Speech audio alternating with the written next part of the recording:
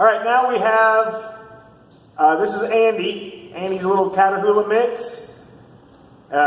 Sweetheart of a dog. Her main issues that she had was not coming when called, walking on a leash, craziness, jumping on people, all that good stuff. And now, the last video I showed of her, the same thing. The last video I showed, she was very exuberant and tail wagging and excited, and she was popping in and out of commands. But now the food's gone. Now that I know she knows the commands, there's no more food. Now it's just listen to me, and we're going to start building some muscle memory and making this behavior into a habit. So I've been working this with her. This is the place command. And it's also, I also integrate place command with a stay. And I find it a lot easier to perfect a good stay when they're up on an elevated surface like this. Because that way they have to make an extra motion, they have to jump down off of it, and they have to think about jumping down off of something rather than just being on the ground where all they have to do is just get up and move. So it kind of creates a little boundary for them. They have a little extra thought process to get off that elevated surface. So the way I do this,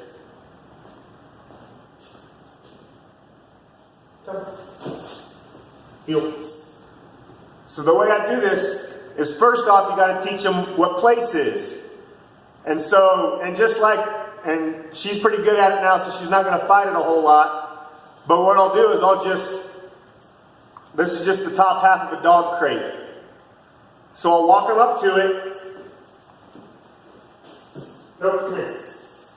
When you walk them up to it, you want to get the dog in some motion. So get them walking, and then when they get close, just say place. Andi, place. Good, sit. Now your dog's going to fight it more than that. A lot of dogs are scared to get up on this. That's fine, just keep doing that. Eventually they'll put 2 paws up on it. Good girl, good boy, good dog. Take them back down, get another little running start. Eventually they'll start hopping up on it. Sometimes they'll try to go around, they'll try to avoid the whole thing, but just stick with it. Like I said with my leash manners video, it's just a little bit of leash pressure. Eventually they'll give into that leash pressure. They'll get up on this thing and they'll realize it's not so bad. And then they'll just start doing it. So, sit. Now once they know place, when I say place, that doesn't just mean get up here and hop back off. When I say place, no matter what it is, whether it be this, whether it be a mat on the floor, whether it be their bed in the house, the tailgate of my truck, I want them to get up there and I want them to stay there. So what I do is I start them on a leash, and I'll just say sit. Once they're up there, I just say sit. Sit. Nope. Good, she got off. Place. Sit. Sit. Now she's also moving because she feels the leash pressure on her a little bit. But that's good. I want her to resist that leash pressure when I say sit, or I want her to stay in place. Sit.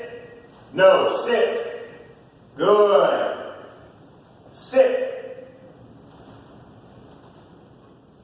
So that's another, right there you saw her, I don't know if you saw it, but she looked down on the ground like she wanted to jump off. And that's another reason I use these elevated surfaces, is because you can catch them quicker before they get down, because you'll see them look down at the ground before they jump off of it. If she was just laying on the floor, she'd just pop up. Nope, sit. Andi, sit. Good. Sit. And then you want to be able to just kind of walk around in a circle around them.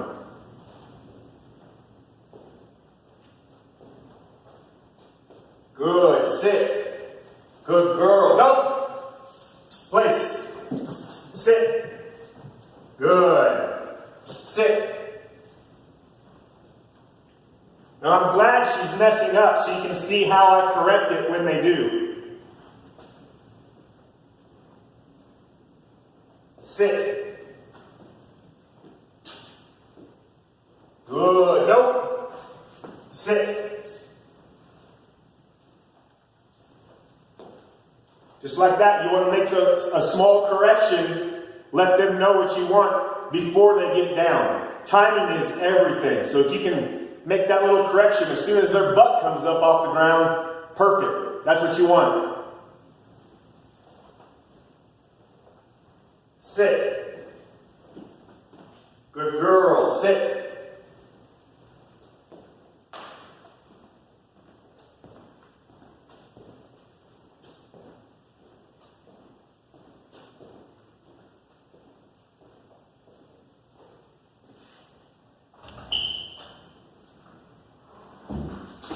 Good.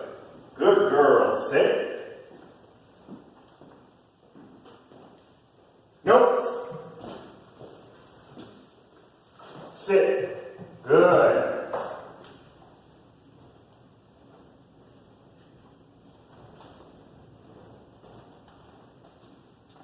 Now if you saw just right there, she yawned. That's not because she's tired. It's because she's thinking and she's trying to process this whole thing. A lot of people call it a stress yawn or something like that. Another thing dogs will do is they'll lick their lips a lot if they're anxious or they're kind of stressed out. But more or less like her, she's not shaking, she's not acting anxious. She's just trying to process all this.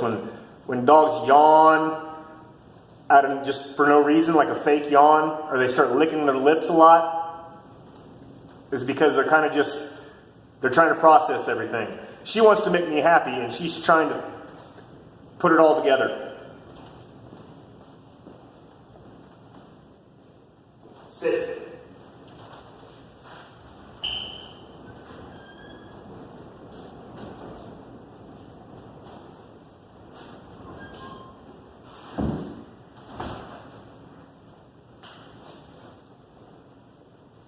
Good.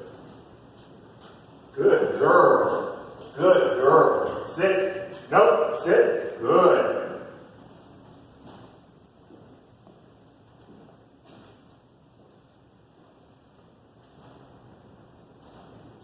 Nope. Sit.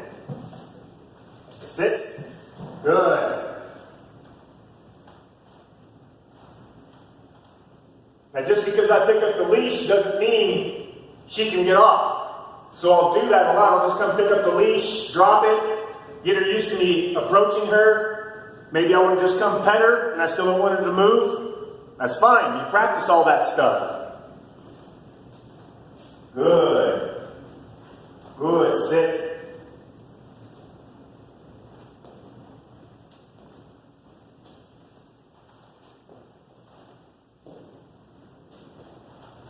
And then when I want her to get off, then I just give her one of the commands.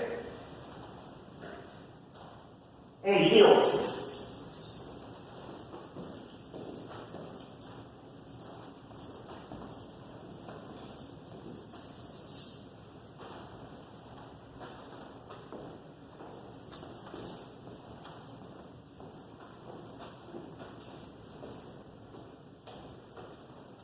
Good girl. Sit. Place. Good. Sit. Come. Sit. Good girl, baby. Down. Down.